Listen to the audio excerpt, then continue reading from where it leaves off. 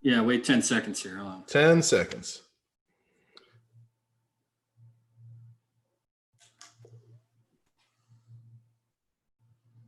Let's do it. Ready?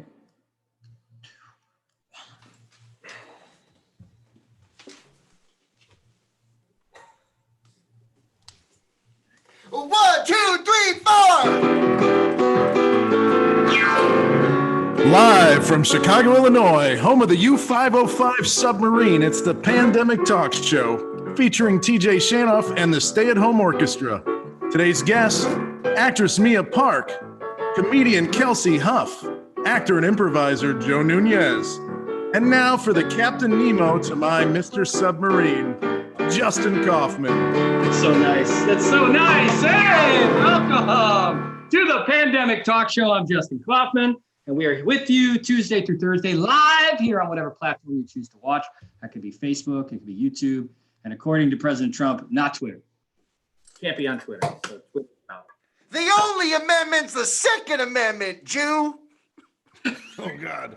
It starts early. It starts early. I love that we come to you live at 4 o'clock. We're like just opposite the president making an executive order to say that if you censor, I don't even know what he said. We got a pandemic to deal with. It's not going to stand up in court. He wants, I don't understand how a private business can't say, you know what, this is an untruthful thing being said on our platform. Right. Why can't that just be that?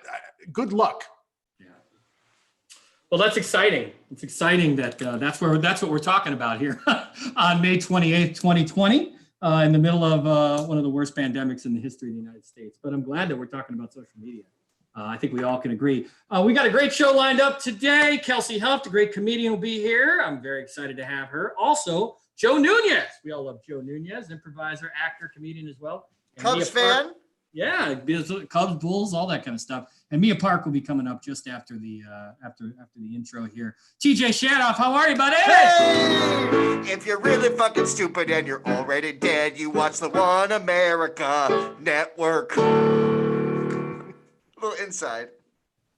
You're a little deep on that one. Staying right at the top. It's the only network that Trump trusted. Trump has given up on Fox News. I read a thing today. Fox News is too liberal for him. He watches the One America Network, the one that thinks that the Clintons fuck kids while eating pizza. Hey, it's plausible. If you think Hannity's gotten a little soft, if you think Hannity's gone soft and Tucker Carlson just isn't racist enough. I will say this, it is the preferred network for President Trump and my Uncle Brian. So no. Everybody has a family member that loves One American Network. We have to remember that. Anyway, Goldie, how are you, buddy? What do you got today? What do you got? Dennehy, O'Doul's, Bears? Dennehy, O'Doul's, Bears, Sox, Bulls. A little tribute to Dennehy and also Serengeti. I have a question of the day as well. What's your question today? There's a lot to talk about. What's it going to be? We got friends on Facebook Live. Let's see. We've got this is for all the people who like, subscribe, comment, but the comments that are in Facebook and YouTube, you can interact with us. We promise that we will interact as well. Sometimes we forget about it. At least on Facebook. YouTube, yeah.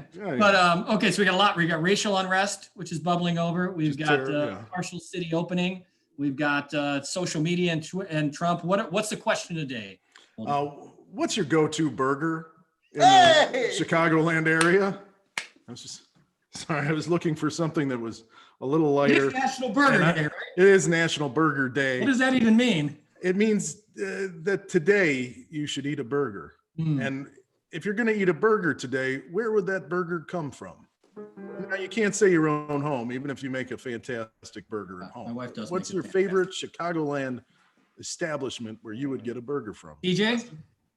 What do you think, TJ? In the Chicagoland area, I'm going to give it a tie. I'm going to say Edzo's in Evanston, which is I'd never had till we moved out here. And a restaurant that's closing, and the owner is a hero and a douchebag simultaneously. I believe the Fridge Burger at Ditka's is one of the best sit-down burgers you could ever get in the city of Chicago. I love that that's blamed on the pandemic, the closing of Ditka's. That's what they had announced it before, and then they were like, "Well, we'll stay open a little longer." Now never a political controversy that Ditka didn't like. He's like, "Oh, the Democrats want to keep it closed. Close it down and blame it on them." Like, it's classic. We will miss the pot roast nachos. So good. I think you I- can I- still you go to guys- the suburban location, right? There's You know, still Ditka's opens. There's still an open Ditka's. There is one in Oak Brook, I think. In it is, Pittsburgh. Right? Pittsburgh. I guess I'm boring. I like the Osha Ball burger that everybody great likes. burger. Since like It's a good burger. it's a little different. Like obviously you can get them at all over the place now. I like that burger. I don't know. I feel like that's sort of like everybody's go-to. What about you, Goldie? All right, I'll go north, central, and south. North, Paradise Pup. They use Merck's cheddar on their burger. Where's that? It's Never in Des Plaines. Or is it Ooh. Niles? That's a good I spot. get Niles and Des Plaines confused. So it's either Niles or Des. It's either on Des Plaines and Niles, or it's on Niles and Des Plaines. Boulevard or something. It's on one or the Depends other. how many edibles you've had. And I like Red Hot Ranch. We've talked about that one Yes. before. Western. But then I'm a real sucker for the Loyalist. That's a fancy burger, but it's. I'm worth- sold on just on their internet or their Instagram. I feel I like also the like Instagram- Top Notch. Yeah, well, Top Notch is always good. Trying to get a spread across the city. Yeah, you got it all figured out. All right, well there you go. What's Fast yours? food, I'll go Let us Wendy's. know. We'll talk about it after our first interview, which is right now. Let's bring her in. You can see this woman being out on I feel like every Dick Wolf show. She shows up on at one point or another. She's also the host of the famed public access dance program, Chick-A-Go-Go, and she's got a new interview series she's doing on Facebook and other streaming platforms. Ladies and gentlemen, it's my pleasure to welcome to the Pandemic Talk Show, Mia Park. Mia, yeah! There she is. Yeah. How are Hello. you? Good to see you. Oh my God. Hi, Justin here. Hi. Mia. Hi, friends. Hi, TJ. Hi, everybody. Hi. Oh, Hi. I'm so glad to be here. You guys are cool. Oh, that's You're the first person to say that. Thank you. Really? Oh my gosh, there's a lot of firsts going on here. It's nice to meet you. Mia, what are you doing? Like being sheltered in place? Where are you sheltering in place? I am in Tri-Taylor near South Side. Love it down here. Got a second on the Oshaval burger. A little boring, but kind of tasty. I don't eat a lot of the burgers, but when I do, Kuma's. Oh yeah, that's Yeah. good. Okay. Yeah. Yeah, they have a good veggie burger at Kuma's too. Okay, back to the topic. I'm in Tri-Taylor. I have to admit, I'm like the most extroverted member of the lone wolf pack. So I'm actually loving all this time alone. Like I connect so much digitally, and I'm like, oh, too many people even on screens, and then I'm fine alone. So Well, I'm you've okay. been, through music, through doing Chick-A-Go-Go, and now acting and everything. You are very social in the fact that I know. you have a lot of different irons in the fire at all times. With this stoppage of work and obviously when it comes to stoppage of production in Chicago and Illinois, how is that affecting you? Have you just had to hustle and come up with new ways to present your art and get out there? Totally. Economically brutal. It's brutal. So like my income is from acting and from yoga teaching, both industries have been like shut down, Actually, Kelsey Health, hi Kelsey, and I flew to Minneapolis and did a commercial in January of this year. So Oh, perfect. she's awesome. You have some very talented women on your show today, if I can say. Anyway, yeah, acting's been brutal. Thankfully, I was a recurring character on Chicago Med for 5 seasons. Right. And so some of those residual checks have been okay. Honestly, I'm on unemployment and got kicked off and just got on again. So I'm actually creating an online yoga nidra teacher training to kind of get some income. That's a good I have idea. like a couple classes and one client I'm teaching online yoga wise, but otherwise, economically, it's been brutal. Honestly. Okay, let me ask you as a yoga teacher, instructor, and one of the best in Chicago, how do I do yoga? I love yoga, but I don't have the patience to do it for 60 minutes or whatever. So can you give me like a 30-second version so I can do it and then go back to doing something else? No? Yeah, totally. It depends. If you're get on the ground, pad your knees, cat cow pose. Like when you're doing kids, you go moo and then meow meow meow. That's it. That I'll tell pose you. is fine. There was a yoga place around the corner from where I live, and I loved it. I went with my wife, and I was like, and my son too, my 12-year-old, and I loved it. And then I'm also like, I don't know if I got an hour for this. Like, I know. It's you actually, honestly, like you don't need an hour. You really don't need an hour. Like All right, good. it really depends on what you want to get out of it. If you're doing the physical aspect, just think the spine only moves in 7 directions. So if you can move your spine in all 7 directions, and then there's axial, if you can do that, like you can probably do that successfully in like 5 minutes, just take a mini break. That's all right. Yeah. Oh, yeah. I feel it. Oh, look at that. Do you see how taller he is? About 3 inches, right? You see that? Story of my life. Yeah, there you go. I just don't have the right pants for it. That's my issue with yoga. Like, do I go with the gym shorts? It's dorky. Do I go with the khakis? That doesn't work. I never have the right pants. The problem with all guys doing yoga, we just don't have the right pants. Yeah, true. I bought some yoga pants, honestly, during this. It's all I've been wearing, yoga shorts and yoga pants, because they're just comfortable. Yeah, they are comfortable. There you go. Mia, tell me about what you're doing with the interviews, because you've been interviewing on Facebook Live and Instagram and other places, really kind of connecting us all during this pandemic. Where did that idea come from, and tell us about it? Cool, thanks. Yeah, and actually this answers your earlier question about creatively how I'm kind of expressing myself during the pandemic. So the interview series is called In Response, Interviews with Intriguing Internalizers. And I like having kind of like get in there and talk about real stuff conversations with people. You know, pitter patter's fine, but I really like to connect with people. And I'm missing that. So this technology has allowed me to interview people on these kind of deeper internal levels all around the world, like New Zealand, Australia, China, Argentina. And I'm talking to friends and family members that I've already had a connection with. You know how we all have those people out there in our lives where you're just like, oh my gosh, that person. You think about times you hung out together and you're like, man, they are so cool. Yeah. Like my Uncle Brian. Hey, Uncle Brian. Hey, Uncle Brian, you got to get him on the show. Exactly. So it's this opportunity was, it's an opportunity for me to kind of get in there and reconnect with these people in this format. But also, I do think that there's a place inside of us that is being, like we have like a soulful and a deep mind response to what's happening. How could we not? And I think that if we have these realer level conversations with people about what's going on, it might help connect us in a better way, a deeper way, and also maybe inspire others. Like this morning, I interviewed a comedian in LA. He's actually from Chicago. Man, he made himself so vulnerable and was so open about the reason why he realized he's doing comedy is to get the reaction. And he's still creatively performing, but there ain't no laughter. And he's like internally really falling apart because of that. It's interesting. But comedians and performers, I think that they share a DNA with artists, and obviously, and there's obviously a difference because a lot of artists are passive in the way that they want their audiences to respond to their work, meaning you go into a gallery or you maybe see something online, but it's not something that a group of people are going to look at it at the same time and have the same expression and the same reaction. And it's this kind of time where comedians need to rely more on their artist brain to be okay with throwing jokes out and doing different projects and not be like, where's the laugh? Is it anywhere? No, it's not around. Right. It's like on Wait, Don't Tell Me, they went back to laugh track like they did a million years ago. And it's just like, oh, there's fake laughter because this is before I let you go, Chicago is one of the best, I think one of the coolest things that ever happened in Chicago and Chicago media. It ran on Can TV for years. I mean, still doing it or no? It's still going on. It is still happening. So Justin used to come on as like, you were like alderman of like the 49th ward. 53rd ward. 53rd. He came on in a hard hat. That's right. And there is no 53rd ward. Yeah, right. There's no 53rd. So, and he was like the alderman. You know, anyway. We went on and I would always, all the guys from Schadenfreude, we would come down and do Chicago because it was so fun. It was introduced by my friend Neil, who said, you got to come down. Amazing to go down and that experience. But that show has been on the air were you talking about me? You're talking about 1998, 1999. Yeah, exactly. I mean, that's when we were coming down there. So to think about it, it's been years. I mean, are you amazed at how successful and I guess how much longevity there's been for what you guys have been doing?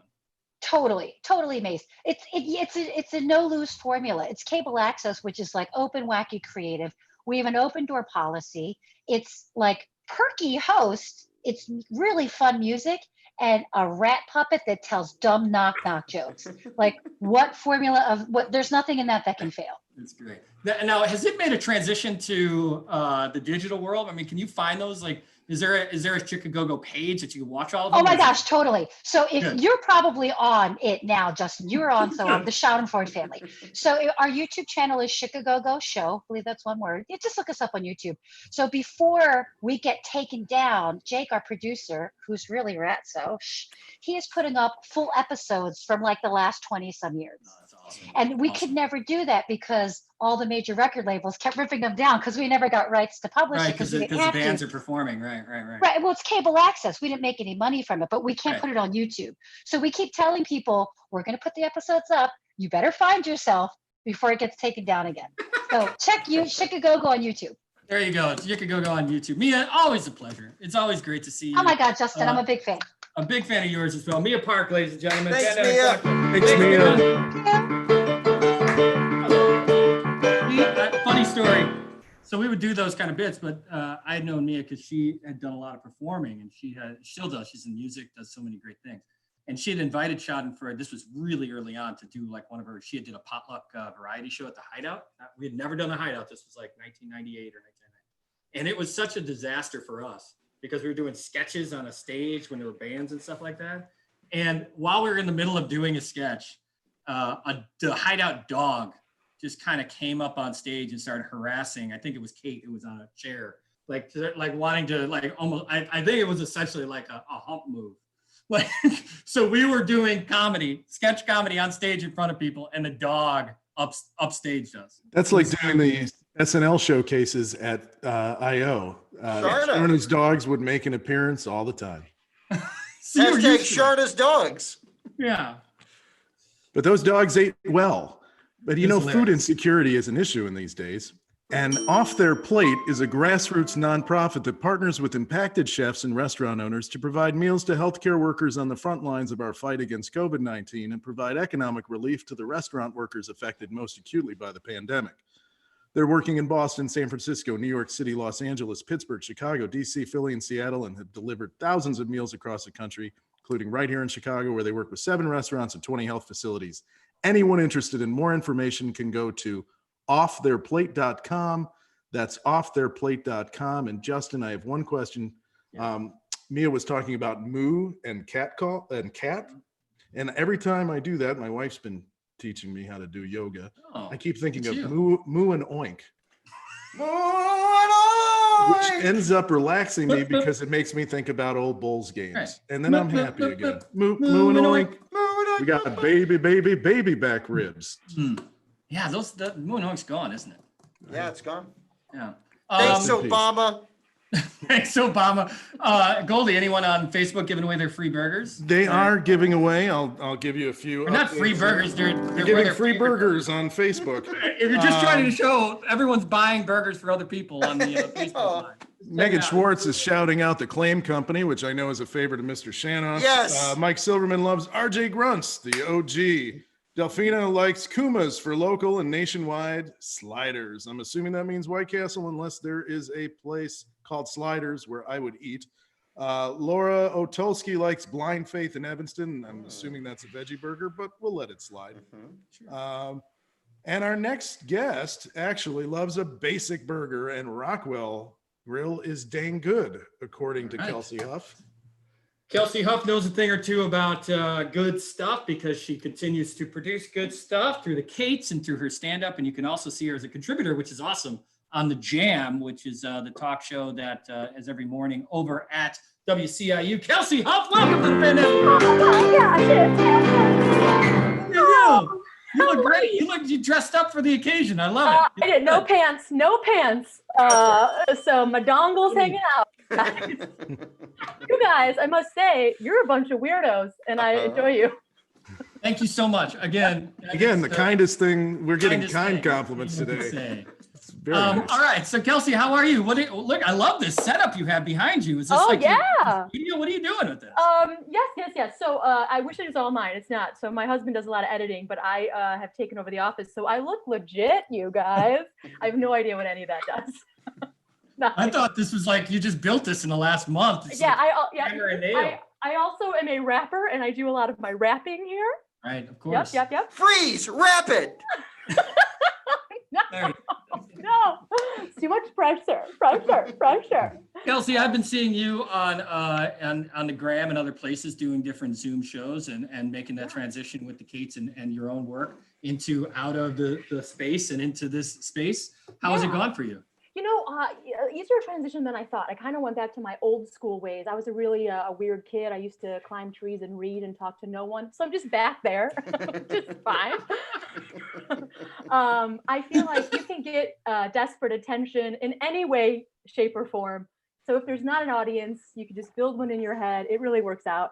And I also found out, like, I'm somebody who's sober, like I stopped drinking and doing all the fun drugs and everything. So I don't miss that element. A lot of my friends do miss the party of the scene, the getting together. Right.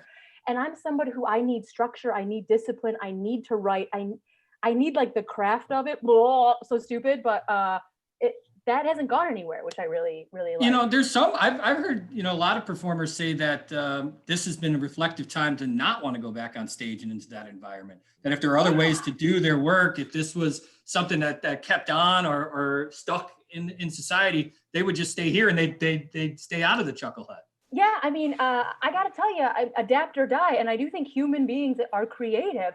And a couple of years ago, not just myself, but a lot of people have found different ways to promote yourself in a digital realm. And like, not to get everything genderfied, but a lot of times you get pushback from clubs. We weren't getting hired a lot. So women have had to find other spaces all the time because no one's hiring us. So it's like, how do you get hired? You have to make your own way. And that is sort of transitioning into this time. You've been at the forefront of that issue, you know, with your ensemble, the Kates, and bringing women performers into an ensemble and creating your own spaces. And you do it at the Bookseller and at the Laugh Factory and other places. Yeah. But you've been ahead of the curve in saying if these clubs are not going to be gender equal in the sense that they're going to put women on stage, then we have to make our own stage.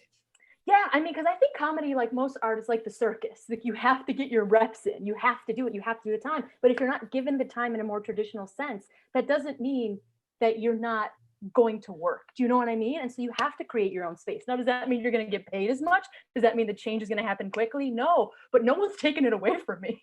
Like, yeah. I'm going to put myself on a stage, whether people like it or not. That's what we like about you. I know. You know, you got to be like Lizzo. You got to be your own hype man. Yeah. I'm like, I am a genius.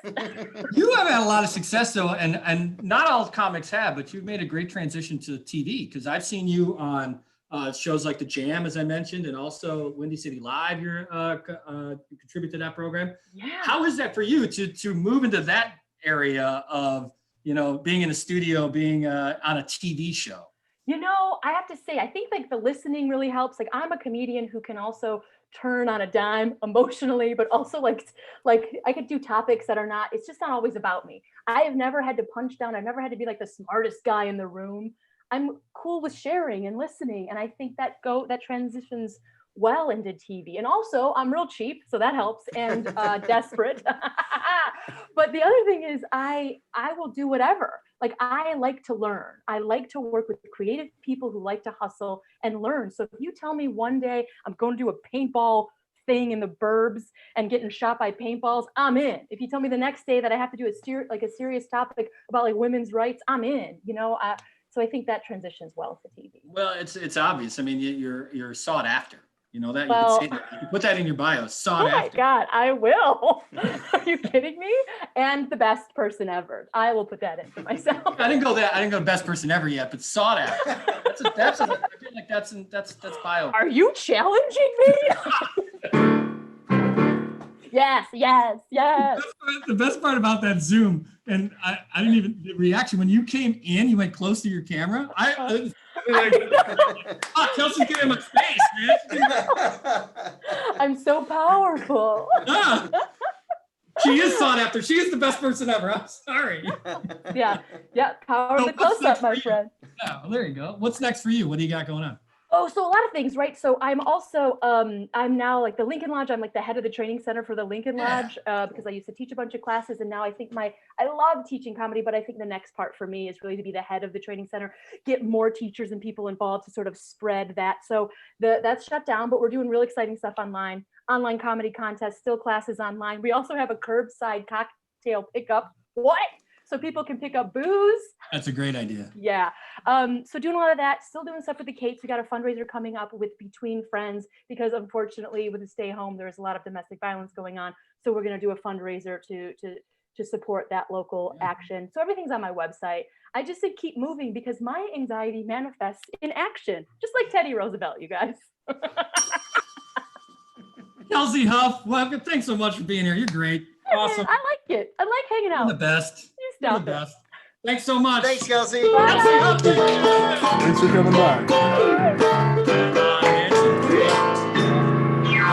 The show today, man. We didn't even talk about it. I didn't even bring up the Minnesota commercial she did with Mia. When's the last time you guys did a commercial?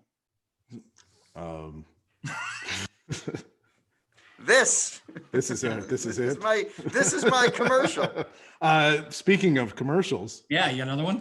The 50/50 Sports Bar at 2047 West Division Street is serving meals to anyone in need from 4 p.m. to 6:30 p.m. every day except for Mondays. No documentation or paperwork required. Just show up and take a free meal if you're in need. This initiative is funded by an anonymous Chicago tech CEO and online donations at givebutter.com/50/50 food. That's the word 50 and the number 50 followed by food. Speaking of food, Scott Cooper says, you got to go with the super cheesy from Superdog. How can you go wrong with a super burger nestled under a blanket of melted American cheese? You get a burger at Superdog? Yeah, We've discussed I this agree with before. Scott Cooper. I've had the dog's great, but that is one of the best. That's probably my number 3 burger in the city, Superdog. Yes. Does the fries come with the burger in the box like the hot dog? I'm pretty sure it does, yeah. Right by Carl Schurz High School on Milwaukee. I would have never known that. I just get the hot dog there. Steve Gadlin likes hamburgers. It's tough. And needs the Dennehy shirt immediately. I wish I could remember where I got it, Ann. I would tell you. Cooper says the best burger is Chicago Joe's on Irving. Great burger. Haven't had that. Haven't had it. That's it for burgers so far. I think we've caught up on all the burgers. If we didn't talk about your burger, shout at us. Can we say one thing before we move on from the burgers? For about 6 months last year, I kind of went vegetarian. I just kind of felt the need to change some shit up when I turned 45. And the Impossible Burger, when done correctly, while it is not a direct substitute, it is better than any turkey burger, any veggie burger. It is a solid 1B if you're trying to be cool. That We're all gonna be eating that shit in a second, man. There's not gonna be any meat left, so that's fine by me. I'm the Impossible Whopper, you can't tell the difference. And if you say you can tell the difference, you're a dirty liar. Yes. You know, I was on WGN when I was doing the mornings there. It was funny because it was one point we were talking about the Green New Deal, and they were talking about how beans, if you replaced meat production, you know, like a third of the planet would bounce back from climate change. That's like where we're at, like with meat. And so there was this article that was all about beans, and I brought it up on air, just kind of like, what a great interesting concept. Could we replace? And I can't tell, like, I not only got every person on who's listening call in to tell me off, but secondly, like Orion Samuelson and WGN, like that's all they do is meat. Like it's just all about meat. And I got in so much trouble. I didn't get in trouble like from management or something, but everyone was like, whoa, you better watch out, man. You could be talking about beans around Orion. When Chef Joe opened Daisy's, he was, the easy way to make money in a restaurant is you sell a steak for an incredibly large amount of money. And you'll go to a lot of restaurants and they'll have all these dishes and it's not a steak restaurant. And then the steak is on there for like $75. Right. Not to get political, but it's a good time to remind people that Trump puts ketchup on his steak. Which is not disgusting. even A1. Disgusting. Not even A1. There's not a thing he does that makes sense. I don't think I've had a steak in months. I don't know. Like I lost the taste for it. I mean, I'll eat. I think in our household we might find hamburger meat, like make hamburgers and that kind of stuff. But that's the limit of the red meat in this family. I still crave it. I sneak it in there once in a while. I'll just casually bake a fillet or two, just eat it in the corner. The casual Very corner. sad. All right. Sorry, I'm just over. I don't have kids. I can use paper towels and I can eat meat.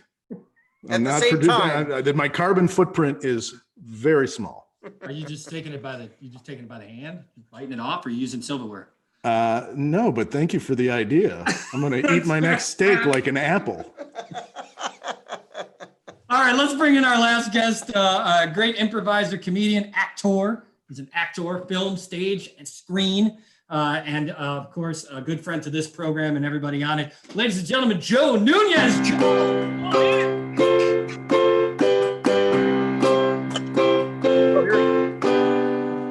Well, sir. Leadoff Man is brought to you by True Value. There he is. Hey. Look at the What's up, buddy? Hello? How are you? Hello, can you hear us? Are you in front of a brick wall? Are you going to do stand-up? Well, no, this is my backdrop for headshots. I started a new headshot business in Old Town. What jersey are you wearing? Oh, Nice. Oh, yeah. Dennis. I'm still like in a depressed state over that show being over. Yeah. Oh, what a thing to look forward to every weekend, every Sunday night. I know, and I taped, and are you in Chicago? Are you? Yeah, I've been here since nice. St. Patrick's Day. Oh shit! Good time. After you went downtown to the bars, you decided to go. You're one of the guys standing in line. I wish. I flew in actually the morning of St. Patrick's Day from shooting a movie in Oklahoma City.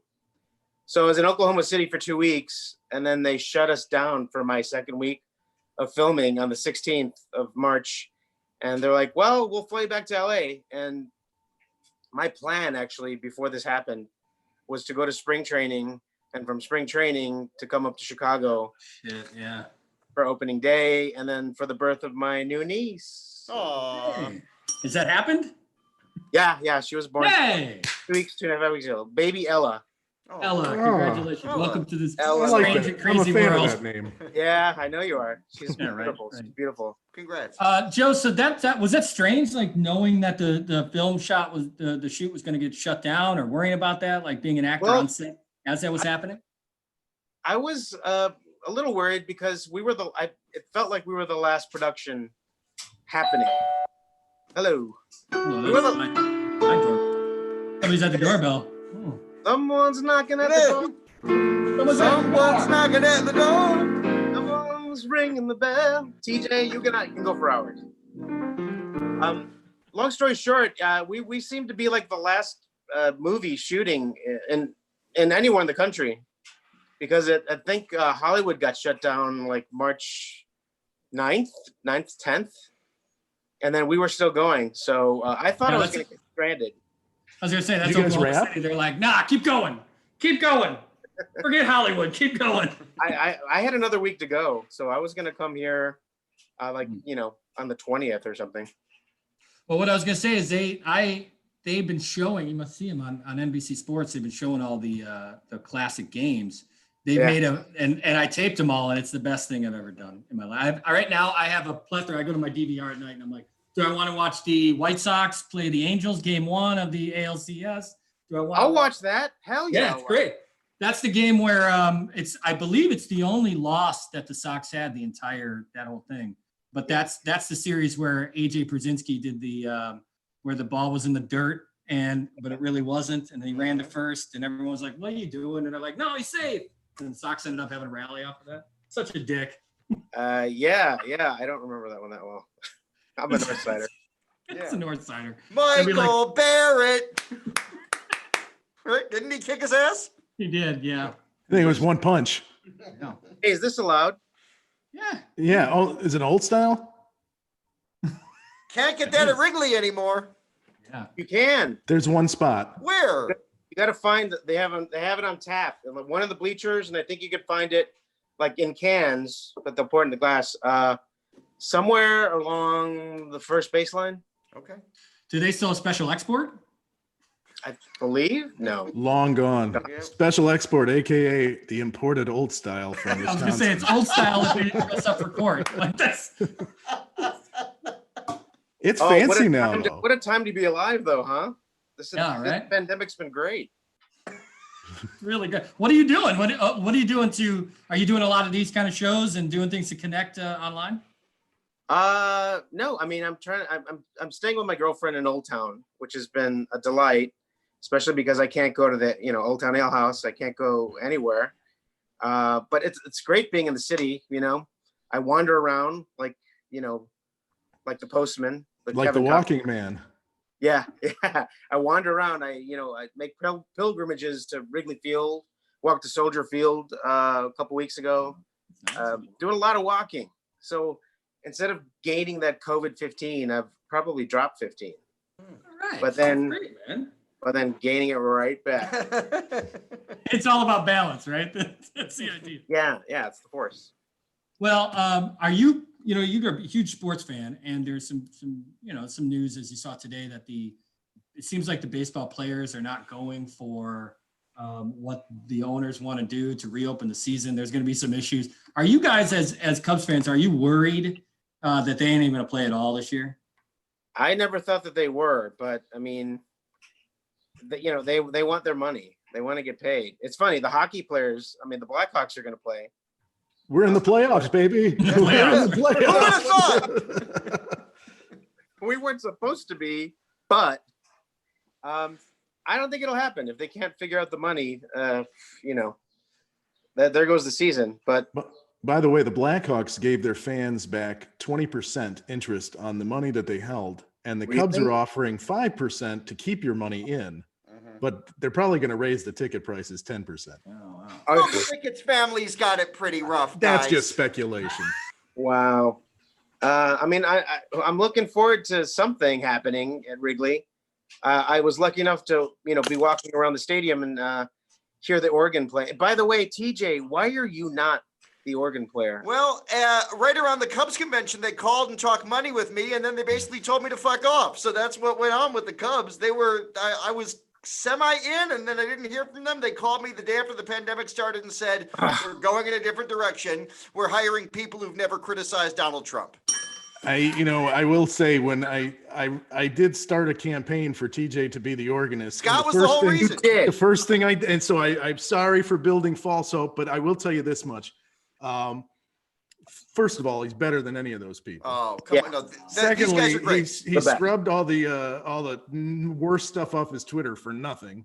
And the other thing I heard is that, and I'm going to speak out of school here. I don't know. I was told by someone who works in the Cubs organization, and I know enough people, I think that this could be anybody, that they wanted to scale back the job, because where was Gary retiring to?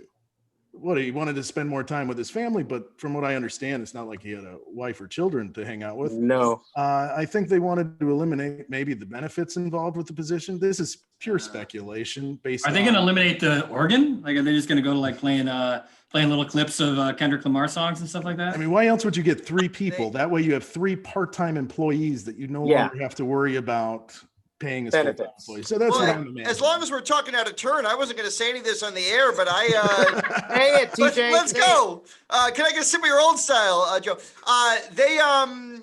When HR called to talk money with me, I asked about benefits, and you could tell they were taken aback. When I talked about money, I thought was fair, and I talked about benefits. After that call, when was the day before the Cubs convention? About the 16th or 17th of January. I had got no contact till March 11th when they called me and said, we're going in a different direction. Thank you. And Meanwhile, I said, at least we got to write roast jokes about the organization every year. And yeah, that's right. Out that way. The Rizzo event. Yeah. But in all honesty, I was crushed for about 3 days from an ego standpoint, right at the beginning of all this pandemic stuff. But you know what? Things that aren't meant to be. We're all in theater, entertainment, comedy. We've all had hopes dashed before. You move on. If it's not meant to be, it's not meant to be. And now I'm not being paid by an organization working to re-elect Trump. What a mitzvah. Yes. Until they call tomorrow and they're like, we made a huge mistake. I'm in. When do you want me? And when by does the way, the season start? I love Steve Mnuchin. By the way, this segment brought to you by the new flavor of Malort. Oh, look at that. Two-fisted. Oh, that's the Malort hand sanitizer. Oh, yeah, nice. That's nice you got that. That's good. Does it taste better than the regular Malort? What's that? Does it taste better than the regular Malort? Oh, yeah, it's cleaner.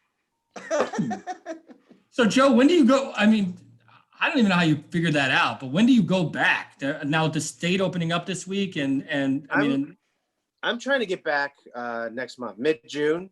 I mean, that'll make it 3 months for me that I'll have been here. 3 months, not being able to go to as many games as I can go to. I've been able to eat what I want. My favorite, Chicago staples, the Lou Malnati's of the world, the Super Dogs, by the way, fucking great burger. Dags. I will say I haven't been to Dags. Is Dags pickup and delivery? I think so. Yeah. Really? Yeah. Shame on you. Shame on you for not knowing that. Small Cheval, that's a good burger. Yeah, right. Spitting distance from that. It's time to get back. I mean, it'll be safer to fly. I haven't been, I've been afraid to fly, anywhere. I was thinking about renting a car and driving back to LA. I have to get back to my roommate. I have to get back to Los Angeles to be with Jeff Murdoch. My honorable. Love him. I didn't know you guys were roommates. Yeah, he moved in. Yeah, he moved in, and we've only been roommates like at the same time for maybe like 4 or 5 weeks. Jeff just needs crossed company. You got to Yeah. keep Jeff company. Yeah, Jeff needs a company. He does. Yeah. my poor baby. Hi, Jeff. Hi, Jeff. We miss you, buddy. Oh, so I know you were doing Bless This Mess. I know you're doing some other things as well, but what can we see you in now that as we try to figure out what to fucking watch? Let's find some Joe Nunez stuff to watch. Lots of reruns, movie. I mean, my old stuff, the old 40-Year-Old Virgins or the Superbads or the Bridesmaids of the world. Those are still running and keeping, residuals, man. It's all about residuals. Yeah, I was gonna say. Do you get a residual check if I pay $3.99 for Bridesmaids? Because I'll do it. Yeah, man. I get an eighth of a penny. Sure. Sure, right? I've got some stuff coming up. I mean, there's a pre-production meeting that I had yesterday about another independent comedy that I'm going to do out of San Diego when I get back. Hopefully, I mean, we'll see what kind of restrictions that the union puts on us. And maybe you'll be able to spend more time in Chicago doing voiceover work for long. I can do voiceover anywhere in the world. I mean, I still have a voice on this Disney show, Elena of Avalor. It's a little kids show, and I play Armando. Right. It's a cute, lovely little show. It's but I've been able to do that here and in LA. Voiceover is the future, I believe. Is that? I mean, for you, that's easy, right? You just they say, hey, we need a line, or we need to do this date. And I mean, or send me a script, and then like set me up in a studio, anywhere in the world, really. But I miss being in front of the camera. That's always the happy place. Can't wait to get back to it. And we'll see how much we can get back into it. I mean, when is live theater going to come back? When are concerts going to come back? When are we be able to, assemble, it's going to be a while, I think. It's sorry to bring it down. The energy really went from up here to down here. Oh, great. Thanks, Joe. Well, we bummed out the end of this week for the pandemic talk show, but wait a second. Wait a minute. Hey, Joe, do the Bulls fire Jim Boylan or keep him? Fire! You fire! That brings the mood up. Fire Jim Boylan. Get everybody the fuck out. Now chug that old style. Chug it. Joe Nunez, thanks for being on the show. Joe, chug.